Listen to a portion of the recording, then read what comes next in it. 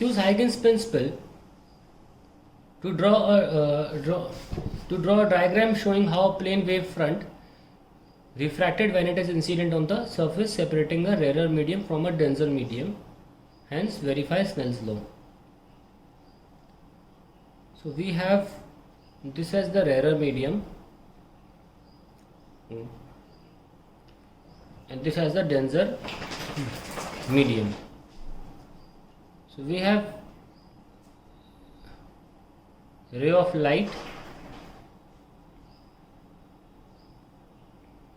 like this, all are parallel, and we have to draw a wavefront which is perpendicular to the ray of light. This is the point of incidence, so we can make a normal angle of incidence where the light will refract. Similarly, this light will also refract, and this light will also refract, and they will remain parallel because they are part of the same wavefront. तो यहाँ पे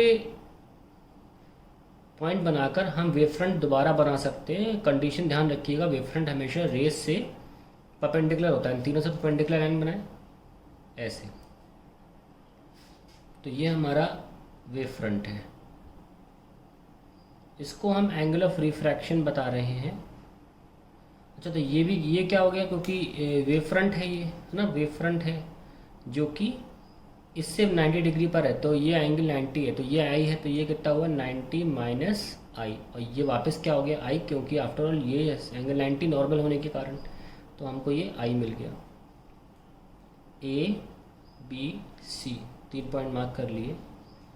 अब ए से ए dash, सी से C dash, पर B जो है वो डायरेक्टली न जाते हुए किसी के पॉइंट के द्वारा वो बी डैश पे जाता है. Now these points have to remain at the wavefront. These A, B, C are being represented as A dash, B dash, C dash because they are in different medium, but they are the same points. All these points have to be on the same wavefront, and they were originally in the same wavefront. तो इसका मतलब ये हुआ the time for wavelet from this point to this point, ये wavelet का arc है, to reach from time for A to A dash should be equal to time for C to C dash should be equal to time for B to B dash but via K. So K होते हुए B dash आ रहा है. भली ये cricket path है, थोड़ा ये सीधा है, पर सब में टाइम सेम होना चाहिए. तो पहले हम ज़रा इसको सॉल्व कर लेते हैं कि ये एक्चुअली पाथ टाइम है वो कैसे लिखा जाएगा. डिस्टेंस अपॉन स्पीड करके लिखा जाएगा.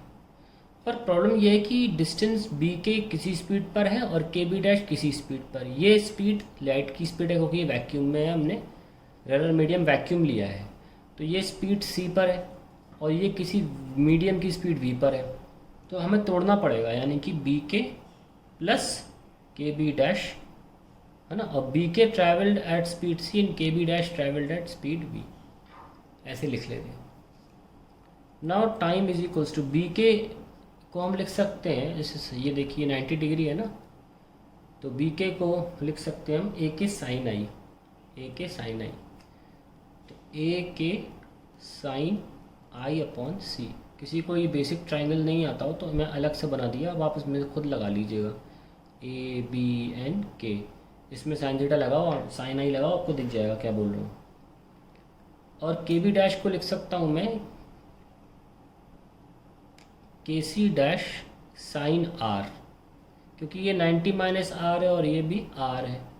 इसमें भी आप ट्राइंगल मैं आपको बना के दे रहा हूँ, सॉरी, ये वाला ऐसे है, ऐसे और ऐसे, ये 90 डिग्री है, ये के सी डैश है और ये बी डैश है.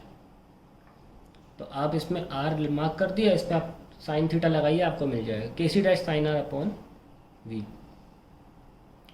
ए के sine I by C plus A C dash की जगह लिख सकता हूँ मैं ए सी डैश माइनस ए के साइन आर बाय वी. तो टाइम अल्टीमेटली क्या हो गया, ए के कॉमन ले लेते हैं, तो ए के sine i upon C minus sine are upon V plus A C dash sine are upon V. ये हमने फाइनली सॉल्व कर लिया। अब एक चीज़ देखते हैं, अगर इस वेवफ्रंट पे बी की जगह कोई और पॉइंट ले लिया होता तो भी हमें यही कहना था अल्टीमेटली। मान लीजिए इसको के डैश बोल देते कि बी के डैश और के बी डबल डैश इस डिस्टेंस को ट्रैवल करने के लिए भी टाइम सेम होगा, यानी कि तब हमारे पास ए के की जगह आ रहा होता ए के डैश।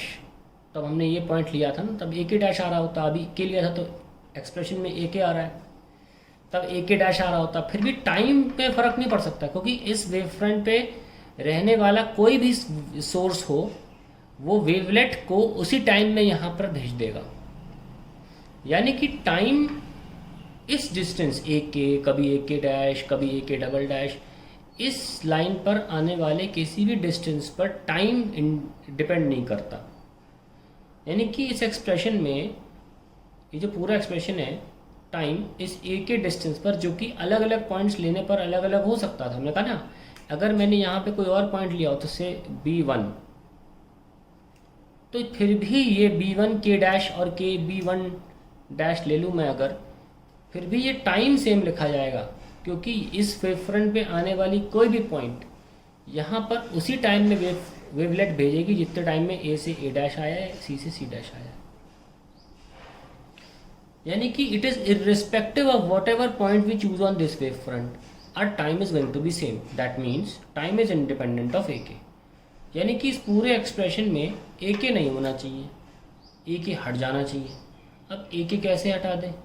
अगर ये ब्रैकेट इस तरीके से एडजस्ट हो जाए कि ये हमेशा ज़ीरो रहे, तो टाइम ए के से इंडिपेंडेंट रहेगा। तो हम ये बात कर लेते हैं। सो for A K, so for time to be independent of A K, to be independent of A के, sine I by C minus sine R by V must be zero. So sine I by sine R equals to C upon V. तो ये condition आ गई ऐसा होने के लिए, और इसी को हम बोलते हैं, हम जानते हैं, बचपन में पढ़ा है हमने, speed of light in air upon speed of light in medium is refractive index. तो ये देखिए स्नेल्स लॉ प्रूव हो गया। So mu is equals to sine I by sine r, that is how we prove Snell's law.